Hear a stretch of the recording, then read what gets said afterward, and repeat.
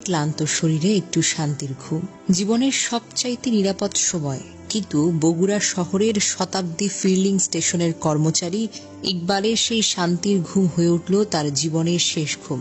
সামাজিক যোগাযোগ মাধ্যমে ছড়িয়ে পড়া সিসিটিভি ফুটেজের দৃশ্য যেন রক্ত হিম করে দেয়। দেখা যায় নিরীহ ইকবাল একা একা ঘরে শুয়ে আছেন। চোখ হয়তো ভারী হয়ে এসেছে, শরীরটা বারবার চুলকাচ্ছেন।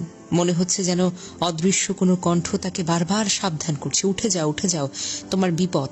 কিন্তু সে বিপদ থেকে নিজেকে রক্ষা করতে পারেননি। কিছুক্ষণ পর রাতের অন্ধকার চিরে এক নরপিশাচ টর্চ লাইট হাতে প্রবেশ করে ঘরে। নিঃশব্দে দরজা খুলে বাহিরে যায় সে। বাহিরে হঠাৎ করে কুকুরের ঘেউ ঘেউ শব্দ তীব্র হয়ে ওঠে, যেন প্রকৃতি নিজেই সতর্ক করে দিচ্ছিল অপরাধ আসছে, মৃত্যু আসছে। কিন্তু অচেতন ঘুমে অজানা এক দুর্ভোগের অপেক্ষায় ছিলেন ইকবাল। দীর্ঘক্ষণ বাহিরে থেকে ঘাতক আবার ফিরে আসে।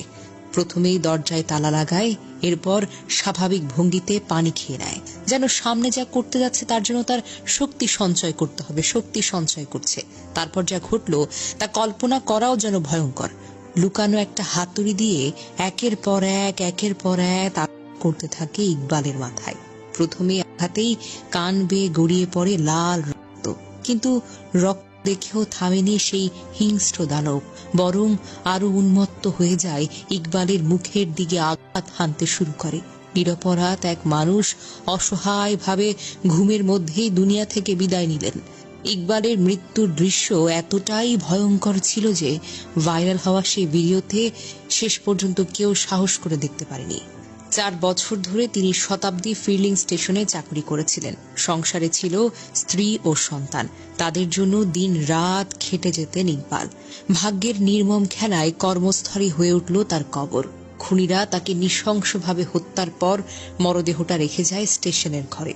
সকালে সহকর্মী ও স্থানীয়রা লাশ উদ্ধার করতে আসলে পুরো এলাকায় নেমে আসে শোক ও আতঙ্কের ছায়া। ইকবালের বোন সাদিয়া খাতুন বলেন, তার ভাই ছিলেন 2 বোনের একমাত্র ভাই, পরিবারের প্রধান উপার্জনক্ষম ব্যক্তি। কোনো শত্রু ছিল না।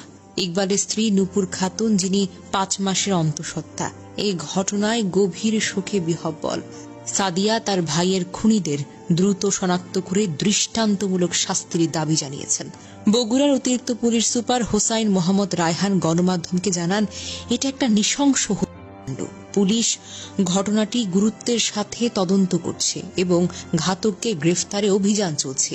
এই ঘটনার সিসিটিভি ফুটেজ সামাজিক মাধ্যমে ছড়িয়ে পড়েছে, যা দেখে মানুষের মনে শোক, ক্ষোভ আর ভয়ের সঞ্চার হয়েছে।